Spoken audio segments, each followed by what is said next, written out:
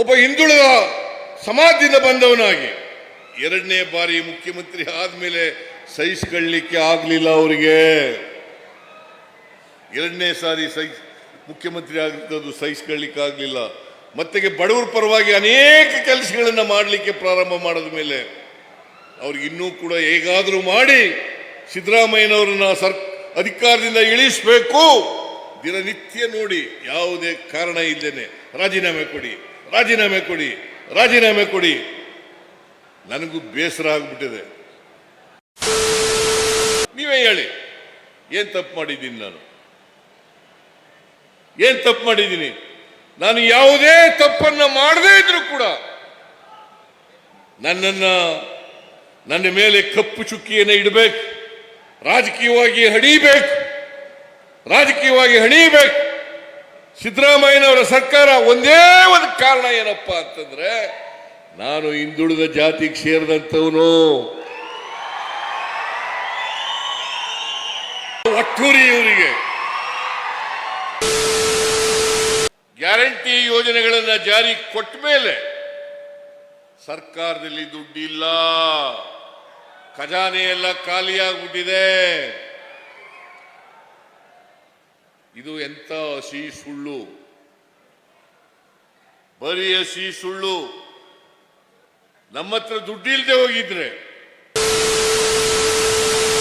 ಹೆಂಗೆ ವಿರೋಧ ಪಕ್ಷದವರು ಸಹಿಸಿಕೊಳ್ಳಲಿಕ್ಕೆ ಸಾಧ್ಯ ಆಗದೇನೆ ಹೊಟ್ಟೆ ಉರಿಯಿಂದ ಸುಳ್ಳುಗಳನ್ನ ಹೇಳ್ತಾ ಇದ್ದಾರೆ ಅಂತಕ್ಕಂಥದನ್ನ ನಿಮಗೆ ತಿಳ್ಕೊಳ್ಳಲಿಕ್ಕೆ ಸಾಧ್ಯ ಆಗ್ತದೆ. ಬಿಜೆಪಿಯವರು, ಜೆಡಿಎಸ್ನವರು ನಾನು ಎರಡನೇ ಬಾರಿ ಮುಖ್ಯಮಂತ್ರಿ ಆದ ಮೇಲೆ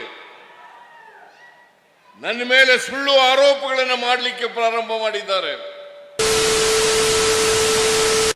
2013ರಲ್ಲಿ ಈ ರಾಜ್ಯದ ಜನರು 122 ಸ್ಥಾನಗಳನ್ನು ಗೆಲ್ಲಿಸಿಕೊಳ್ಳಿಸೋದ್ರ ಮೂಲಕ ನಮಗೆ ಆಶೀರ್ವಾದವನ್ನು ಮಾಡಿದ್ರು ಕಾಂಗ್ರೆಸ್ ಪಕ್ಷಕ್ಕೆ. ನಾನು 5 ವರ್ಷಗಳ ಕಾಲ ಮುಖ್ಯಮಂತ್ರಿಯಾಗಿದ್ದೆ. ಬಹುಶಃ ದೇವರಾಜ ಅರಸರವರನ್ನ ಬಿಟ್ಟರೆ 5 ವರ್ಷ ತುಂಬಿಸಿದವರು.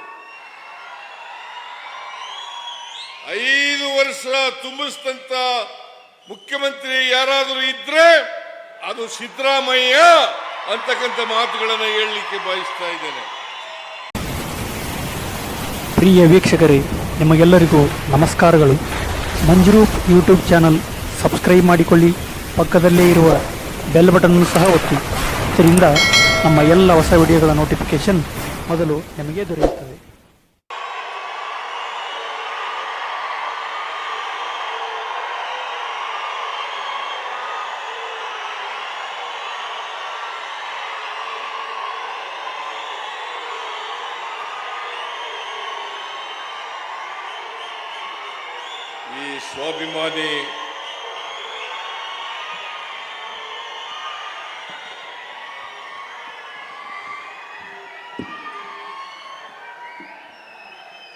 ಈ ಸ್ವಾಭಿಮಾನಿ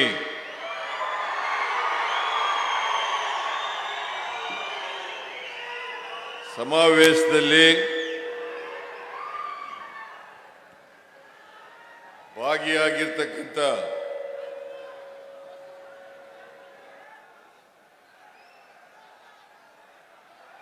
ನನ್ನ ಸಹೋದ್ಯೋಗಿ ಸಚಿವರಾದಂಥ ಡಾಕ್ಟರ್ ಎಸ್ ಸಿ ಮಹದೇವಪ್ಪ ಅವರೇ, ಡಾಕ್ಟರ್ ಕೆ ಎಚ್ ಮುನಿಯಪ್ಪ ಅವರೇ, ಸತೀಶ್ ಜಾರಕಿಹೊಳಿ ಅವರೇ, ಡಾಕ್ಟರ್ ಶರಣ್ ಪ್ರಕಾಶ್ ಪಾಟೀಲ್ ಅವರೇ, ಬೋಸರಾಜು ಅವರೇ, ಶಿವರಾಜ್ ತಂಗಡಗಿ ಅವರೇ, ಶಾಸಕರಾದಂಥ ಹಂಪನಗೌಡ ಬಾದರ್ಲಿ ಅವರೇ, ಮಾನವಿ ಕ್ಷೇತ್ರದ ನಿಮ್ಮೆಲ್ಲರ ಜನಪ್ರಿಯ ಶಾಸಕರಾದಂಥ ಶ್ರೀ ಅಂಪಯ್ಯ ನಾಯ್ಕ ಅವರೇ, ವಾಲ್ಮೀಕಿ ಅಭಿವೃದ್ಧಿ ನಿಗಮದ ಅಧ್ಯಕ್ಷರಾದಂಥ ಬಸನಗೌಡ ದದ್ದಲ್ ಅವರೇ,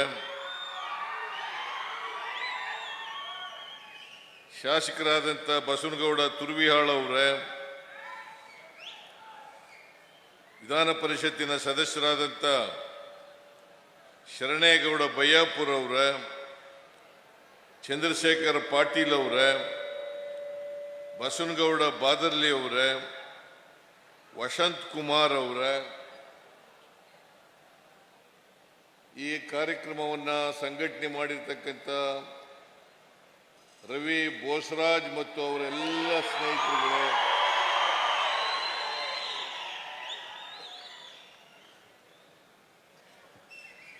ವೇದಿಕೆ ಮೇಲೆ ಆಸೀನರಾಗಿರ್ತಕ್ಕಂಥ ಇತರ ಎಲ್ಲ ಆಹ್ವಾನಿತರೆ, ಇಲ್ಲಿ ಇಷ್ಟೊಂದು ಬೃಹತ್ ಸಂಖ್ಯೆಯಲ್ಲಿ ಸೇರಿರ್ತಕ್ಕಂಥ ಆತ್ಮೀಯ ಅಣ್ಣ ತಮ್ಮಂದಿರೇ, ಅಕ್ಕ ತಂಗಿಯರೇ,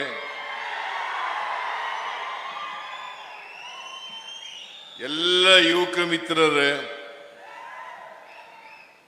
ಸುದ್ದಿ ಮಾಧ್ಯಮದ ಗೆಳೆಯರೇ, ಮಾನ್ವಿ ಮತಕ್ಷೇತ್ರದ ಅನೇಕ ಅಭಿವೃದ್ಧಿ ಕಾರ್ಯಕ್ರಮಗಳಿಗೆ ಶಂಕುಸ್ಥಾಪನೆ ಮತ್ತು ಉದ್ಘಾಟನೆಯನ್ನು ಮಾಡಿದ್ದೇವೆ. ಅಂಪಯ್ಯ ನಾಯ್ಕ ಅವರು ಇಲ್ಲಿ ಶಾಸಕರಾದ ಮೇಲೆ ಮಾನ್ವಿ ಕ್ಷೇತ್ರದಲ್ಲಿ ಸುಮಾರು 458 ಕೋಟಿ ರೂಪಾಯಿಗಳ ಅಭಿವೃದ್ಧಿ ಕಾರ್ಯಕ್ರಮಗಳಿಗೆ ಇವತ್ತು ಚಾಲನೆ ಕೊಡ್ತಕ್ಕಂಥ ಕೆಲಸವನ್ನು ನನ್ನ ಕೈನಿಂದ ಮತ್ತು ಇತರ ಮಂತ್ರಿಗಳ ಕೈನಿಂದ ಮಾಡಿಸಿದ್ದಾರೆ.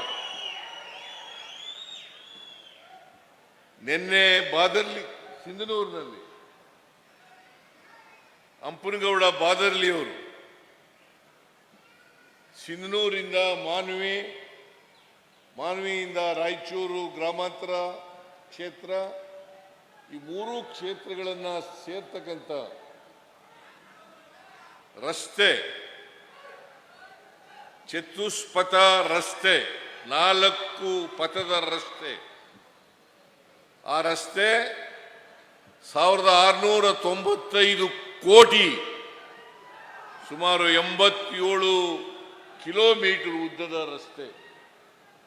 ಆ ರಸ್ತೆಗೆ ನಿನ್ನೆ ಶಂಕುಸ್ಥಾಪನೆಯನ್ನು ಮಾಡಿದೋ, ಮಾನ್ವಿನಲ್ಲೂ ಕೂಡ ಶಂಕುಸ್ಥಾಪನೆಯನ್ನು ಮಾಡ್ತಾ ಇದ್ದೀವಿ. ಅದೇ ಶಂಕುಸ್ಥಾಪನೆ ಅಂದ್ರೆ ಭೂಮಿ ಪೂಜೆನೇ ನಮ್ಮ ಕಡೆ. ಓಕೆ, ನಿಮ್ಮ ಮಾತಿನಲ್ಲೇ ಭೂಮಿ ಪೂಜೆಯನ್ನು ಮಾಡಿದ್ದೇವೆ. ಬಹುಶಃ ದದ್ದಲ್ ಅವರ ಕಾನ್ಸ್ಟಿಟ್ಯೂನ್ಸಿನಲ್ಲಿ ಈ ಕೆಲಸ ಮುಗಿದ ಮೇಲೆ ಉದ್ಘಾಟನೆ ಮಾಡ್ತಕ್ಕಂಥ ಕೆಲಸವನ್ನು ಮಾಡ್ತೇವೆ.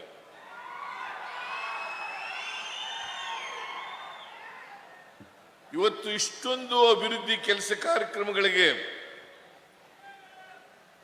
ಶಂಕುಸ್ಥಾಪನೆ ಉದ್ಘಾಟನೆ ಮಾಡಿದ್ದೇವೆ ಅಂತಂದ್ರೆ ಈ ಸರ್ಕಾರ ಅಭಿವೃದ್ಧಿ ಪರವಾಗಿದೆ, ಜನಪರವಾಗಿದೆ ಅಂತಕ್ಕಂಥದನ್ನ ತೋರಿಸ್ತದೆ. ವಿರೋಧ ಪಕ್ಷದವರು ಸುಮ್ಮನೆ ಟೀಕೆಯನ್ನು ಮಾಡ್ತಾರೆ.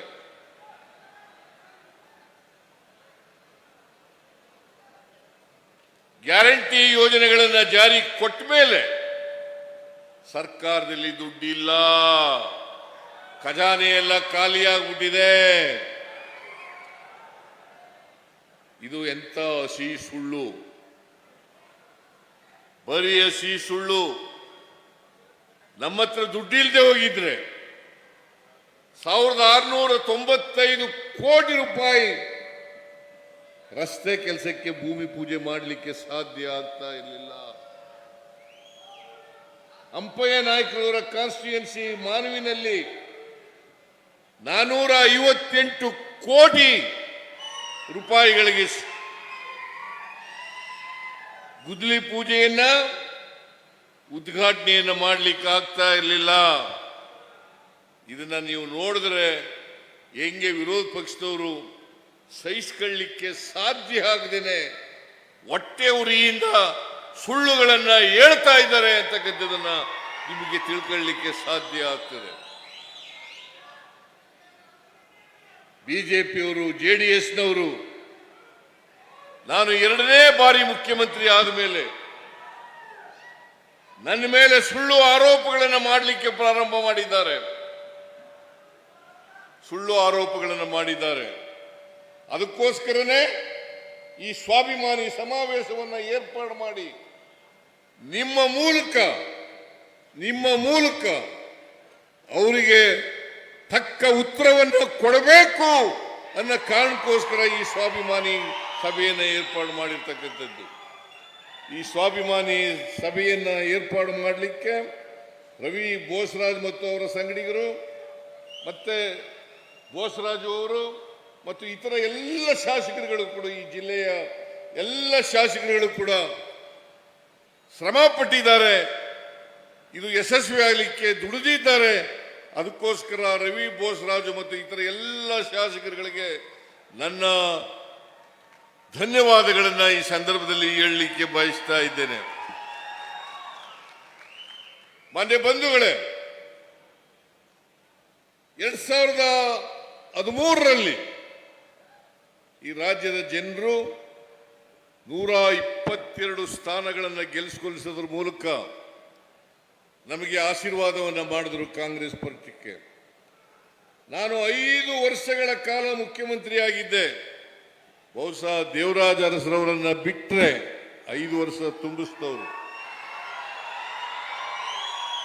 5 ವರ್ಷ ತುಂಬಿಸಿದಂತ ಮುಖ್ಯಮಂತ್ರಿ ಯಾರಾದರೂ ಇದ್ರೆ ಅದು ಸಿದ್ದರಾಮಯ್ಯ ಅಂತಕ್ಕಂಥ ಮಾತುಗಳನ್ನು ಹೇಳಲಿಕ್ಕೆ ಬಯಸ್ತಾ ಇದ್ದೇನೆ. ಬರೀ 5 ವರ್ಷ ಪೂರ್ಣಗೊಳಿಸಲಿಲ್ಲ. 5 ವರ್ಷದಲ್ಲಿ ಅನ್ನಭಾಗ್ಯ, ಕ್ಷೀರಭಾಗ್ಯ, ಕ್ಷೀರಧಾರೆ, ಕೃಷಿ ಭಾಗ್ಯ, ಇಂದಿರಾ ಕ್ಯಾಂಟೀನ್, ಮೈತ್ರಿ, ಮನಸ್ವಿನಿ, ವಿದ್ಯಾಸಿರಿ, ಶಿವಭಾಗ್ಯ, ಶಾದಿ ಭಾಗ್ಯ, ಪಶು ಭಾಗ್ಯ, ಹೀಗೆ ಎಲ್ಲ ಕಾರ್ಯಕ್ರಮಗಳನ್ನು ಜಾರಿಗೆ ಕೊಟ್ಟೆ. ಯಾರೂ ಕೂಡ ಇನ್ನೊಬ್ಬರ ಮನೆ ಹತ್ರ ಹೋಗಿ ಅನ್ನಕ್ಕೋಸ್ಕರ ಕೈ ಒಡ್ಡಬಾರದು.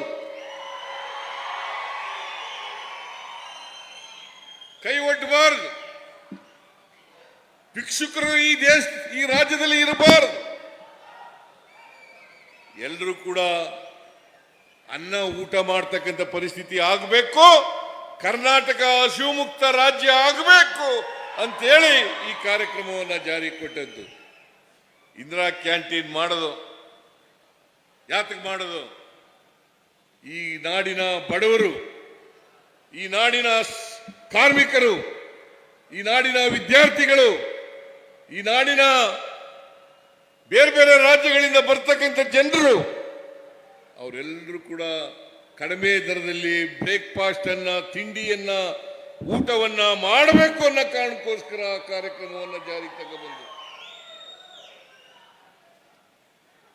ನಾವು ಮುಂದಿನ 2013ರಿಂದ 2018ರವರೆಗೆ ಇದ್ದಂಥ ಕಾರ್ಯಕ್ರಮ. ಅದಾದ ಮೇಲೆ 1 ವರ್ಷ 2 ತಿಂಗಳು ಕುಮಾರಸ್ವಾಮಿ ಮುಖ್ಯಮಂತ್ರಿ ಆಗಿದ್ರು, ಏನು ಮಾಡಲಿಲ್ಲ. ಅದಕ್ಕೆ ಒಂದು ಮಾತನ್ನ ಹೇಳ್ತಾರೆ, ಕೊಟ್ಟ ಕುದುರೆಯನ್ನು ಏರಲಾರದವರು ಧೀರರು ಅಲ್ಲ, ಶೂರರು ಅಲ್ಲ.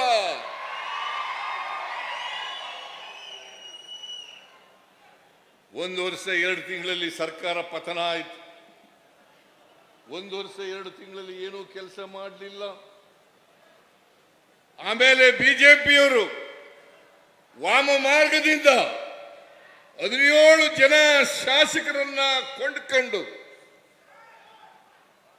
ಅಡ್ಬಿಟ್ಟಿನಲ್ಲಿ ದುಡ್ಡು ಹೊಡೆದಿದ್ದಂತ ದುಡ್ಡನ್ನ ಖರ್ಚು ಮಾಡಿ ಒಬ್ಬೊಬ್ಬ MLAಗೆ 25 ಕೋಟಿಗೂ ಹೆಚ್ಚು ಹಣವನ್ನು ಖರ್ಚು ಮಾಡಿ ಸರ್ಕಾರವನ್ನು ರಚನೆ ಮಾಡಿದ್ರು. 3 ವರ್ಷ 10 ತಿಂಗಳು ಅಧಿಕಾರದಲ್ಲಿದ್ದರು. ಯಡಿಯೂರಪ್ಪನವರು ಮುಖ್ಯಮಂತ್ರಿ ಆಗಿದ್ರು, ಬಸವರಾಜ ಬೊಮ್ಮಾಯಿ ಅವರು ಮುಖ್ಯಮಂತ್ರಿ ಆಗಿದ್ರು. ಏನು ಮಾಡಲಿಲ್ಲ, ಬರೀ ಲೂಟಿ ಹೊಡ್ಕೊಂಡು ರಾಜ್ಯವನ್ನ ದಿವಾಳಿ ಮಾಡಿ 2023ರಲ್ಲಿ ಸೋತರು. 2023ರಲ್ಲಿ ಈ ರಾಜ್ಯದ ಜನ ನೀವು ನನಗೆ ಮತ್ತು ನಮ್ಮ ಪಕ್ಷಕ್ಕೆ ಆಶೀರ್ವಾದವನ್ನು ಮಾಡಿ 136 ಸ್ಥಾನಗಳನ್ನು ಗೆಲ್ಲಿಸ್ಕೊಟ್ರಿ. 136 ಸ್ಥಾನಗಳನ್ನು ಗೆಲ್ಲಿಸ್ಕೊಟ್ರಿ. ಬಿಜೆಪಿ ಯಾವತ್ತೂ ಕೂಡ ಜನರ ಆಶೀರ್ವಾದವನ್ನು ಪಡೆದು ಅಧಿಕಾರಕ್ಕೆ ಬಂದಿಲ್ಲ. 2008 ಇರಬಹುದು, 2018 ಇರಬಹುದು, ಎರಡೂ ಸಂದರ್ಭಗಳಲ್ಲಿ ಹಿಂಬಾಗಲಿನಿಂದ ಅಧಿಕಾರಕ್ಕೆ ಬಂದಿದ್ದಾರೆ ಹೊರತು ಅವರು ಜನರ ಬೆಂಬಲವನ್ನ, ಜನರ ಆಶೀರ್ವಾದವನ್ನ, ಜನರ ಮ್ಯಾಂಡೇಟ್ ಅನ್ನ ಪಡೆದು ಅಧಿಕಾರಕ್ಕೆ ಬಂದವರಲ್ಲ. 2 ಬಾರಿ ಅಧಿಕಾರ ಮಾಡಿದ್ರು ಕೂಡ ಯಾವತ್ತೂ ಕೂಡ ಜನರ ಆಶೀರ್ವಾದ ಇರಲಿಲ್ಲ ಅವರಿಗೆ. ನಾವು 2013ರಲ್ಲಿ ಜನರ ಆಶೀರ್ವಾದ ಇನ್ನೂ 122 ಸ್ಥಾನಗಳನ್ನು ಗೆದ್ದು, 2023ರಲ್ಲಿ 136 ಸ್ಥಾನಗಳನ್ನು ಗೆದ್ದು ಜನ ನಮಗೆ ಆಶೀರ್ವಾದವನ್ನು ಮಾಡಿದ್ರು. 2023ರಲ್ಲಿ ನಾವು ಜನರಿಗೆ ವಚನವನ್ನೇ ಕೊಟ್ಟಿದ್ದು, ನಾವು ಅಧಿಕಾರಕ್ಕೆ ಬಂದರೆ 5 ಗ್ಯಾರಂಟಿಗಳನ್ನ ಜಾರಿ ಕೊಡ್ತೇವೆ. 5 ಗ್ಯಾರಂಟಿಗಳನ್ನ, ಪಂಚ ಗ್ಯಾರಂಟಿಗಳನ್ನ ಜಾರಿ ಕೊಡ್ತೇವೆ. ನಾವು ನುಡಿದಂತೆ ನಡೆದಿದ್ದೇವೆ, ಕೊಟ್ಟ ಮಾತಿನಂತೆ ನಡ್ಕೊಂಡಿದ್ದೇವೆ. ಇವತ್ತು ಶಕ್ತಿ ಯೋಜನೆ ಕರ್ನಾಟಕದಲ್ಲಿರ್ತಕ್ಕಂಥ 7 ಕೋಟಿ ಜನರಲ್ಲಿ 3.5 ಕೋಟಿ ಜನ ಮಹಿಳೆಯರು. ಆ 3.5 ಕೋಟಿ ಜನ ಇವತ್ತು ಸರ್ಕಾರದ KSRTC ಬಸ್ಗಳಲ್ಲಿ ಫ್ರೀಯಾಗಿ ಪ್ರಯಾಣ ಮಾಡ್ತಾ ಇದ್ದಾರೆ. ಯಾರು ಕೂಡ ದುಡ್ಡು ಕೊಟ್ಟು ಪ್ರಯಾಣ ಮಾಡಬೇಕಾಗಿಲ್ಲ. ಅವ್ರ ತವರು ಮನೆಗೆ ಹೋಗ್ಬೋದು, ದೇವಸ್ಥಾನಗಳಿಗೆ ಹೋಗ್ಬೋದು, ಯಾತ್ರಾ ಸ್ಥಳಗಳಿಗೆ ಹೋಗ್ಬೋದು, ಪ್ರವಾಸೋದ್ಯಮ ಸ್ಥಳಗಳಿಗೆ ಹೋಗ್ಬೋದು. ಕೂತ್ಕೊಳ್ರಿ.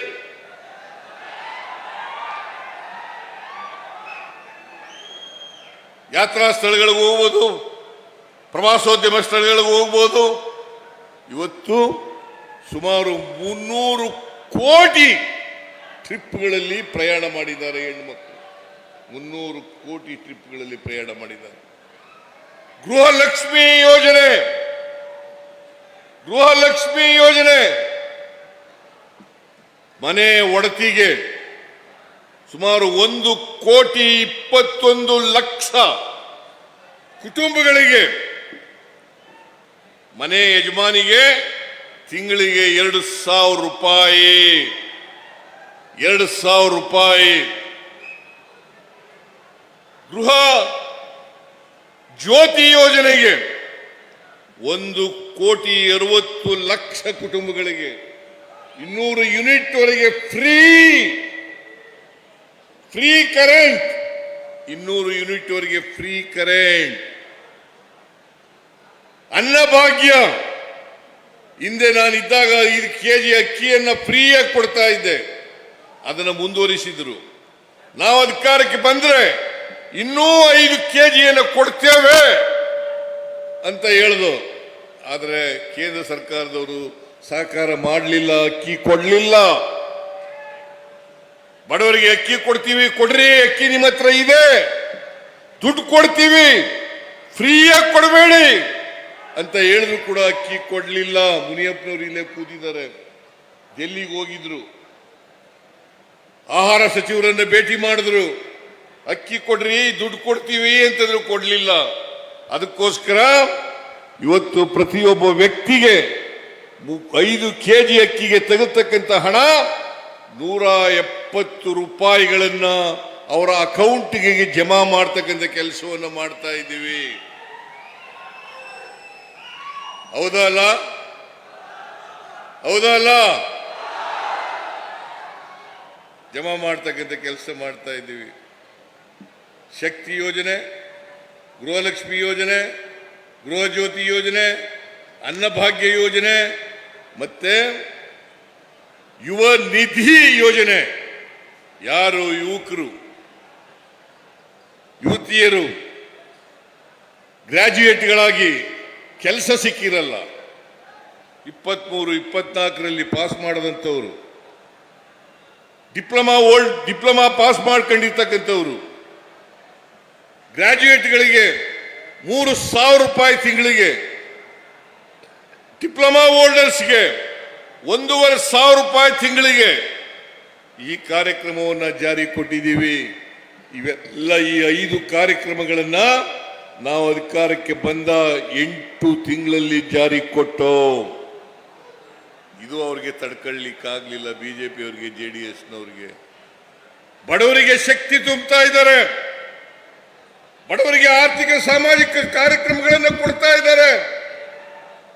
ನಾವು ಯಾವುದೇ ಜಾತಿ ಮಾಡಲಿಲ್ಲ, ಯಾವುದೇ ಧರ್ಮ ಮಾಡಲಿಲ್ಲ. ಈ ದೇಶದ ಬಡವರು, ದಲಿತರು, ಹಿಂದುಳಿದವರು, ಅಲ್ಪಸಂಖ್ಯಾತರು, ಮಹಿಳೆಯರು, ಕಾರ್ಮಿಕರು, ಇವರೆಲ್ಲರಿಗೂ ಕೂಡ ಇವತ್ತು ಅವರಿಗೆ ಶಕ್ತಿ ತುಂಬತಕ್ಕಂಥ ಕೆಲಸವನ್ನು ಮಾಡಿದ್ದೇವೆ. ಇದನ್ನ ಬಿಜೆಪಿಯವರಿಗೆ, ಜೆಡಿಎಸ್ನವರಿಗೆ ಸಹಿಸ್ಕೊಳ್ಳಕ್ಕಾಗಲಿಲ್ಲ. ಎಷ್ಟು ಹತಾಶರಾದರು ಅಂತಂದ್ರೆ, ನನ್ನ ಹೆಂಡತಿ ಯಾವತ್ತೂ ಕೂಡ ರಾಜಕೀಯಕ್ಕೆ ಬಂದವಳಲ್ಲ, ಯಾವತ್ತೂ ಕೂಡ ಹೊರಗಡೆ ಬಂದವಳಲ್ಲ. ಅಂತವಳನ್ನ ಇವತ್ತು ಬೀದಿಗೆ ತಂದಿದ್ದೀರಲ್ಲ, ಇದು ನ್ಯಾಯನಾ? ನೀವು ಒಪ್ಕೊಳ್ಳಿಕ್ಕೆ ತಯಾರಾಗಿದ್ದೀರಾ ಅಂತಕ್ಕಂಥ ಪ್ರಶ್ನೆಯನ್ನ ಇವತ್ತು ನೀವು ಕೇಳಬೇಕಾಗ್ತದೆ. ಯಾವತ್ತೂ ಕೂಡ ಬಂದವರಲ್ಲ. ನಾನು ಏನ್ ತಪ್ಪು ಮಾಡಿದ್ದೀನಿ? ನಿಮಗೆ 5 ಗ್ಯಾರಂಟಿಗಳು ಕೊಟ್ಟ ತಪ್ಪ? ಅನ್ನಭಾಗ್ಯ ಮಾಡೋದು ತಪ್ಪ? ಇಂದಿರಾ ಕ್ಯಾಂಟೀನ್ ಮಾಡೋದು ತಪ್ಪ? ಕ್ಷೀರ ಭಾಗ್ಯ ಮಾಡೋದು ತಪ್ಪ? ಕ್ಷೀರಧಾರೆ ಮಾಡೋದು ತಪ್ಪ? ವಿದ್ಯಾಸಿರಿ ಮಾಡೋದು ತಪ್ಪ? ಮಾತೃಪೂರ್ಣ ಕಾರ್ಯಕ್ರಮ ಜಾರಿಗೆ ತಗೊಂಬಂದ ತಪ್ಪ? ನೀವೇ ಹೇಳಿ, ಏನ್ ತಪ್ಪು ಮಾಡಿದ್ದೀನಿ ನಾನು? ಏನ್ ತಪ್ಪು ಮಾಡಿದ್ದೀನಿ? ನಾನು ಯಾವುದೇ ತಪ್ಪನ್ನ ಮಾಡದೇ ಇದ್ರೂ ಕೂಡ ನನ್ನ ಮೇಲೆ ಕಪ್ಪು ಚುಕ್ಕಿಯನ್ನು ಇಡಬೇಕು, ರಾಜಕೀಯವಾಗಿ ಹಣಿಬೇಕು. ಸಿದ್ದರಾಮಯ್ಯನವರ ಸರ್ಕಾರ ಒಂದೇ ಒಂದು ಕಾರಣ ಏನಪ್ಪ ಅಂತಂದ್ರೆ, ನಾನು ಹಿಂದುಳಿದ ಜಾತಿಗೆ ಸೇರಿದಂಥವನು. ಒಟ್ಟೂರಿ ಇವರಿಗೆ, ಅಶೋಕನಿಗೆ ಒಟ್ಟೂರಿ, ಯಡಿಯೂರಪ್ಪನಿಗೆ ಒಟ್ಟೂರಿ, ಯಡಿಯೂರಪ್ಪನ ಮಗನಿಗೆ ಒಟ್ಟೂರಿ, ಕುಮಾರಸ್ವಾಮಿಗೆ ಒಟ್ಟೂರಿ. ಇದನ್ನ ನೀವು ಸಹಿಸ್ಕೊಳ್ಳಕ್ ತಯಾರಾಗಿದ್ದೀರಾ? ಇದನ್ನು ಸಹಿಸ್ಕೊಳ್ಳಕ್ ತಯಾರಾಗಿದ್ದೀರಾ? ನಾನು ಒಂದೇ ಒಂದು ಮಾಡಿದ ತಪ್ಪೇನಪ್ಪ ಅಂತಂದ್ರೆ, ಈ ರಾಜ್ಯದ ಬಡವರಿಗೆ ಆರ್ಥಿಕವಾಗಿ, ಸಾಮಾಜಿಕವಾಗಿ ಶಕ್ತಿ ತುಂಬಬೇಕು. ಬಾಬಾ ಸಾಹೇಬ್ ಅಂಬೇಡ್ಕರ್ ಅವರು ಕೊಟ್ಟಿರ್ತಕ್ಕಂಥ ಸಂವಿಧಾನದ ರೀತಿಯ ಬರೀ ರಾಜಕೀಯ ಸ್ವಾತಂತ್ರ್ಯ ಸಿಕ್ಕಿದ್ರೆ ಸಾಲದು. ಎಲ್ಲ ಬಡವರಿಗೂ ಕೂಡ ಸಾಮಾಜಿಕ ಸ್ವಾತಂತ್ರ್ಯ ಸಿಕ್ಕಬೇಕು, ಆರ್ಥಿಕ ಸ್ವಾತಂತ್ರ್ಯ ಸಿಕ್ಕಬೇಕು. ಆಗ ಮಾತ್ರ ಬಸವಾದಿ ಶರಣರು ಹೇಳಿದಂತ ಸಮ ಸಮಾಜವನ್ನು ನಿರ್ಮಾಣ ಮಾಡಲಿಕ್ಕೆ ಸಾಧ್ಯ ಆಗ್ತದೆ. ಹೌದಲ್ಲ? ನೀವೆಲ್ಲ ಸ್ವಾಭಿಮಾನದಿಂದ ಬದುಕಬೇಕಲ್ಲ? ಸ್ವಾಭಿಮಾನದಿಂದ ಬದುಕಬೇಕಾದ್ರೆ ಆರ್ಥಿಕವಾಗಿ ಶಕ್ತಿ ಇರಬೇಕಲ್ಲ? ನಿಮ್ಗೆಲ್ರಿಗೂ ಶಿಕ್ಷಣ ಸಿಗ್ಬೇಕಲ್ಲ? ಇದು ನಾವು ಮಾಡಿದಂತ ಅವ್ರ ಪ್ರಕಾರ ದೊಡ್ಡ ತಪ್ಪು. ಅದನ್ನು ಸಹಿಸ್ಕೊಳ್ಳಕ್ಕಾಗ್ಲಿಲ್ಲ ಅವರಿಗೆ. 371J ಬಿಜೆಪಿಯವರು ಮಾಡಲಿಲ್ಲ. ಮಹದೇವಪ್ಪ ಪ್ರಸ್ತಾಪ ಮಾಡಿದ್ರು. ವಾಜಪೇಯಿ ಅವರು ಪ್ರಧಾನಮಂತ್ರಿ ಆಗಿರುವಾಗ ಲಾಲ್ ಕೃಷ್ಣ ಅದ್ವಾನಿಯವರು ಉಪ ಪ್ರಧಾನಿ, ಈ ದೇಶದ ಹೋಮ್ ಮಿನಿಸ್ಟರ್ ಎಂ ಕೃಷ್ಣ ಅವರು ಈ ರಾಜ್ಯದ ಮುಖ್ಯಮಂತ್ರಿಯಾಗಿ ಪತ್ರ ಬರೀತಾರೆ. 371 ಮಾಡಿ ಸಂವಿಧಾನಕ್ಕೆ ತಿದ್ದುಪಡಿ ತಗೊಬರ್ರಿ ಅಂತೇಳಿ. ಅದಕ್ಕೆ ಉತ್ತರ ಏನ್ ಕೊಡ್ತಾರೆ ಗೊತ್ತಾ ಅದ್ವಾನಿಯವರು? ಮಾಡಕ್ಕಾಗಲ್ಲ.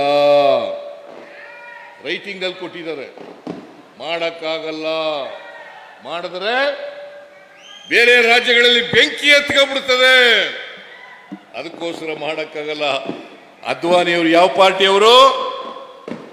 ಯಾವ ಪಾರ್ಟಿಯವರು? ಬಿಜೆಪಿ. ನಾಚಿಕೆ ಆಗಲ್ಲ ಇವರಿಗೆ? ನಾಚಿಕೆ ಆಗಲ್ಲ? ಮಲ್ಲಿಕಾರ್ಜುನ ಖರ್ಗೆ ಅವರು, ಧರ್ಮಸಿಂಗ್ ಅವರು, ಅನೇಕ ಹೋರಾಟಗಾರರು 371 ಹೋರಾಟ ಮಾಡಿ ಇವತ್ತು ರಾಜ್ಯಕ್ಕೆ 371 2013ರಲ್ಲಿ ಸಂವಿಧಾನ ತಿದ್ದುಪಡಿ ಆಯಿತು. ಮನಮೋಹನ್ ಸಿಂಗ್ ಅವರು ಮಾಡಿದ್ರು. ಇದನ್ನು ಮಾಡಲಿಕ್ಕೆ ಸೋನಿಯಾ ಗಾಂಧಿಯವರು, ರಾಹುಲ್ ಗಾಂಧಿಯವರು ಮನಮೋಹನ್ ಸಿಂಗ್ ಅವರಿಗೆ ಶಿಫಾರಸನ್ನ ಮಾಡಿ ಮಲ್ಲಿಕಾರ್ಜುನ ಖರ್ಗೆ ಅವರು, ಧರ್ಮಸಿಂಗ್ ಅವರ ಸತತ ಪ್ರಯತ್ನದಿಂದ ಸಂವಿಧಾನ ತಿದ್ದುಪಡಿ ಆಯಿತು. 371 ಸೇರ್ಪಡೆ ಆಯಿತು. ನಾನು ಮುಖ್ಯಮಂತ್ರಿ ಆಗಿದ್ದಾಗ 2013ರಲ್ಲಿ ನಾನು ಎಚ್.ಕೆ. ಪಾಟೀಲ್ರ ಅಧ್ಯಕ್ಷತೆಯಲ್ಲಿ ಒಂದು ಉಪಸಮಿತಿಯನ್ನು ಮಾಡಿದೆ. ಉಪಸಮಿತಿಯನ್ನು ಮಾಡಿ ಅವರು ವರದಿ ಕೊಟ್ಟರು. ಬಹುಶಃ ಶರಣ್ ಪ್ರಕಾಶ್ ಪಾಟೀಲ್ ಕೂಡ ಮೆಂಬರ್ ಆಗಿದ್ರು, ಅದಕ್ಕೆ ನೀನು ತಂಗಡಿಗಿನೂ ಮೆಂಬರ್ ಆಗಿದ್ರು. ಅವರು ವರದಿ ಕೊಟ್ಟ ತಕ್ಷಣ ಯಥಾವತ್ತಾಗಿ ಜಾರಿಗೆ ಕೊಡ್ತಕ್ಕಂಥ ಆ ವರದಿಯನ್ನು ಜಾರಿ ಕೊಡ್ತಕ್ಕಂಥ ಕೆಲಸವನ್ನು ಮಾಡಿತು. ಅದು ಮಾಡದ್ರಿಂದ ಇವತ್ತು ಅನೇಕ ಜನ ಡಾಕ್ಟರ್ಗಳಾದರು, ಅನೇಕ ಜನ ಇಂಜಿನಿಯರ್ಗಳಾದರು, ಅನೇಕ ಜನ ಟೀಚರ್ಗಳಾದರು, ಅನೇಕ ಜನ ಕೆಲಸಕ್ಕೆ ಸೇರಲಿಕ್ಕೆ ಸಾಧ್ಯ ಆಯಿತು. ನಾವು ಈ ಭಾಗದಲ್ಲಿ 1,09,000 ಹುದ್ದೆಗಳನ್ನು ಗುರುತು ಮಾಡಿದ್ದೀವಿ. 9,000. ಅದರಲ್ಲಿ ಈಗಾಗಲೇ 89,000 ಹುದ್ದೆಗಳನ್ನು ಭರ್ತಿ ಮಾಡಿದ್ದೀವಿ. ಇನ್ನು ಉಳಿದಂಥ ಹುದ್ದೆಗಳನ್ನು ಕೂಡ ಹಂತ ಹಂತವಾಗಿ ಭರ್ತಿ ಮಾಡಿದ್ದೇವೆ. ಈ ವರ್ಷ, ಕಳೆದ ವರ್ಷ 3,000 ಕೋಟಿ ರೂಪಾಯಿ ಕೊಟ್ಟಿದ್ದೆ. ಈ ವರ್ಷ 5,000 ಕೋಟಿ ರೂಪಾಯಿಗಳನ್ನು ಹೈದರಾಬಾದ್ ಕರ್ನಾಟಕ, ಕಲ್ಯಾಣ ಕರ್ನಾಟಕ ಅಭಿವೃದ್ಧಿಗೆ ಕೊಟ್ಟಿದ್ದೇನೆ. ಬಿಜೆಪಿ ಅವರು ಕೊಟ್ಟಿದ್ರ? ಬಿಜೆಪಿ ಅವರು ಕೊಡ್ಲಿಕ್ಕಾಗಿರ್ಲಿಲ್ಲ. ಯಾವತ್ತೂ ಕೂಡ ಅವರು ಅಭಿವೃದ್ಧಿ ಕೆಲಸಗಳು ಮಾಡಿರಲಿಲ್ಲ. ಪ್ರಜಾಪ್ರಭುತ್ವದ ನಂಬಿಕೆ ಇಲ್ಲದೆ ಇರತಕ್ಕಂಥವರು ಅವರು, ಸಂವಿಧಾನದಲ್ಲಿ ನಂಬಿಕೆ ಇಲ್ಲದೆ ಇರತಕ್ಕಂಥವರು ಅವರು, ಬಡವರ ವಿರೋಧಿಗಳು, ಹಿಂದುಳಿದವರ ವಿರೋಧಿಗಳು, ಅಲ್ಪಸಂಖ್ಯಾತರ ವಿರೋಧಿಗಳು, ಮಹಿಳೆಯರ ವಿರೋಧಿಗಳು. ಯಾಕಂತಂದ್ರೆ ಸಾಮಾಜಿಕ ನ್ಯಾಯಕ್ಕೆ ವಿರುದ್ಧವಾಗಿರ್ತಕ್ಕಂಥವರು ಭಾರತೀಯ ಜನತಾ ಪಕ್ಷದವರು. ಅದರಿಂದ ಇವತ್ತು ನಾನು ಒಬ್ಬ ಹಿಂದುಳಿದ ಸಮಾಜದಿಂದ ಬಂದವನಾಗಿ 2ನೇ ಬಾರಿ ಮುಖ್ಯಮಂತ್ರಿ ಆದ್ಮೇಲೆ ಸಹಿಸಿಕೊಳ್ಳಲಿಕ್ಕೆ ಆಗಲಿಲ್ಲ ಅವರಿಗೆ. 2ನೇ ಸಾರಿ ಮುಖ್ಯಮಂತ್ರಿ ಆಗಿದ್ದು ಸಹಿಸಿಕೊಳ್ಳಲಿಕ್ಕೆ ಆಗಲಿಲ್ಲ. ಮತ್ತೆ ಬಡವರ ಪರವಾಗಿ ಅನೇಕ ಕೆಲಸಗಳನ್ನು ಮಾಡಲಿಕ್ಕೆ ಪ್ರಾರಂಭ ಮಾಡಿದ ಮೇಲೆ ಅವ್ರಿಗೆ ಇನ್ನೂ ಕೂಡ ಹೇಗಾದರೂ ಮಾಡಿ ಸಿದ್ದರಾಮಯ್ಯನವರನ್ನ ಅಧಿಕಾರದಿಂದ ಇಳಿಸಬೇಕು. ದಿನನಿತ್ಯ ನೋಡಿ ಯಾವುದೇ ಕಾರಣ ಇದ್ದೇನೆ ರಾಜೀನಾಮೆ ಕೊಡಿ. ನನಗೂ ಬೇಸರ ಆಗ್ಬಿಟ್ಟಿದೆ. ಆದರೆ ನಿಮಗೋಸ್ಕರ ನನ್ನ ಹೋರಾಟವನ್ನ ಮುಂದುವರಿಸ್ತೇನೆ. ಯಾವತ್ತೂ ಕೂಡ ಎದುರಿ ಓಡೋಗೋನಲ್ಲ. ನಿಮ್ಮ ಆಶೀರ್ವಾದ ಎಲ್ಲಿವರೆಗೆ ಇರ್ತದೆ ಅಲ್ಲಿವರೆಗೆ ನನ್ನನ್ನ, ಯಾಕಂದ್ರೆ ನಾನು ಏನು ತಪ್ಪು ಮಾಡಿಲ್ಲ. My conscious is very clear. Mahatma ಗಾಂಧೀಜಿಯವರು ಒಂದು ಮಾತು ಹೇಳಿದ್ರು, ಎಲ್ಲ ನ್ಯಾಯಾಲಯಗಳಿಗಿಂತ ಆತ್ಮಸಾಕ್ಷಿ ನ್ಯಾಯಾಲಯ ಇದೆಯಲ್ಲ, ಅದು ಎಲ್ಲಕ್ಕಿಂತ ಮೇಲ್ಗಡೆ ಇರ್ತಕ್ಕಂಥದ್ದು. ಎಲ್ಲ ನ್ಯಾಯಾಲಯಗಳಿಗಿಂತ ಮೇಲ್ಗಡೆ ಇರ್ತಕ್ಕಂಥದ್ದು. ನಾನು ಆತ್ಮಸಾಕ್ಷಿಗೆ ಅನುಗುಣವಾಗಿ ಕೆಲಸ ಮಾಡ್ತೀನೋ ಹೊರತು ಇವರ ಗೊಡ್ಡು ಬೆದರಿಕೆಗಳಿಗೆ, ಇವರ ಹೆದರಿಕೆಗಳಿಗೆ ಜಗ್ಗವನಲ್ಲ ಬಗ್ಗವನು ಅಲ್ಲ ಅಂತಕ್ಕಂಥ ಮಾತುಗಳನ್ನು ಹೇಳಲಿಕ್ಕೆ ಬಯಸ್ತಾ ಇದ್ದೇನೆ. ನಿಮ್ಮ ಆಶೀರ್ವಾದ ಯಾವಾಗಲೂ ಕೂಡ ಹೀಗೇ ಇರಲಿ. ನಿಮ್ಮ ಆಶೀರ್ವಾದ ಯಾವಾಗಲೂ ಕೂಡ ಹೀಗೆ ಇರಲಿ. ನಾವು ಏನೇನು ಒಳ್ಳೆ ಕೆಲಸಗಳನ್ನು ಮಾಡಿದ್ದೇವೆ ಆ ಎಲ್ಲ ಕೆಲಸಗಳನ್ನು ಮುಂದುವರಿಸ್ತಕ್ಕಂಥ ಕೆಲಸವನ್ನು ಮಾಡ್ತೀವಿ. ಮೊನ್ನೆ ಸೆಪ್ಟೆಂಬರ್ 17ನೇ ತಾರೀಕು ಕಲಬುರಗಿನಲ್ಲಿ ಕ್ಯಾಬಿನೆಟ್ ಮೀಟಿಂಗ್ ಮಾಡೋದು.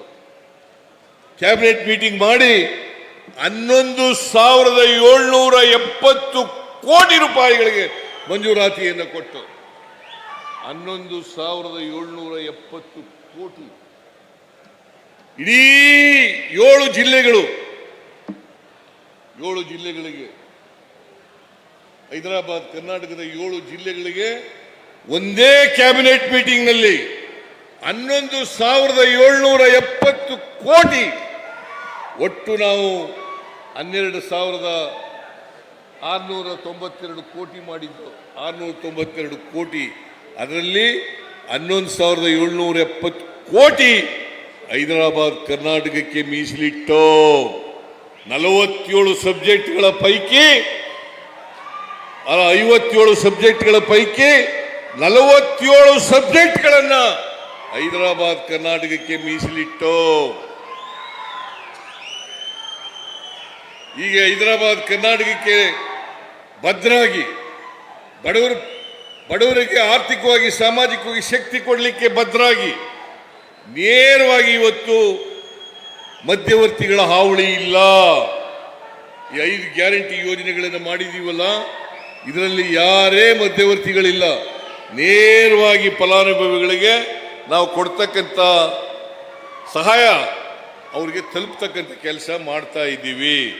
ಇದನ್ನ ಬಿಜೆಪಿ ಅವರಿಗೆ ಸಹಿಸ್ಕೊಳ್ಳಕ್ಕಾಗಲ್ಲ. ಹೊಟ್ಟೆ ಉರಿ. ಆ ಕಾರಣದಿಂದ ಬಿಜೆಪಿಯವರಿಗೆ ತಕ್ಕ ಪಾಠ ಕಲಿಸೋರು ಯಾರು? ಕೈ ಎತ್ತಿ ನೋಡೋಣ. ನೀವೇ ಉತ್ತರ ಕೊಡಬೇಕು. ಅದಕ್ಕೋಸ್ಕರ ಈ ಸ್ವಾಭಿಮಾನಿ ಸಮಾವೇಶವನ್ನ ಈ ಭಾಗದಲ್ಲಿ, ಹೈದರಾಬಾದ್ ಕರ್ನಾಟಕ ಭಾಗದಲ್ಲಿ ಏರ್ಪಾಡು ಮಾಡಿರ್ತಕ್ಕಂಥದ್ದು. ನೀವೆಲ್ಲ ಈ ಕಾರ್ಯಕ್ರಮಕ್ಕೆ ಬಹಳ ದೊಡ್ಡ ಸಂಖ್ಯೆಯಲ್ಲಿ ಬಂದಿದ್ದೀರಿ. ಈ ದೊಡ್ಡ ಸಂಖ್ಯೆಯನ್ನು ಸೇರಿಸಲಿಕ್ಕೆ ಬಹಳ ಜನ ಶ್ರಮಪಟ್ಟಿದ್ದಾರೆ. ಎಲ್ಲ ಶಾಸಕರುಗಳು, ರವಿ ಬೋಸರಾಜ್ ಅವರು ಇವರೆಲ್ಲರೂ ಕೂಡ ಶ್ರಮ ಪಟ್ಟಿದ್ದಾರೆ. ಮತ್ತೆ ನೀವೆಲ್ಲರೂ ಕೂಡ ಬಂದಿದ್ದೀರಿ. ಅದಕ್ಕೋಸ್ಕರ ಅವರಿಗೆ ಮತ್ತು ನಿಮಗೆ ಧನ್ಯವಾದಗಳನ್ನು ಹೇಳಿ ನನ್ನ ಮಾತನ್ನು ಮುಗಿಸ್ತೇನೆ. ಜೈ ಹಿಂದ್, ಜೈ ಕರ್ನಾಟಕ.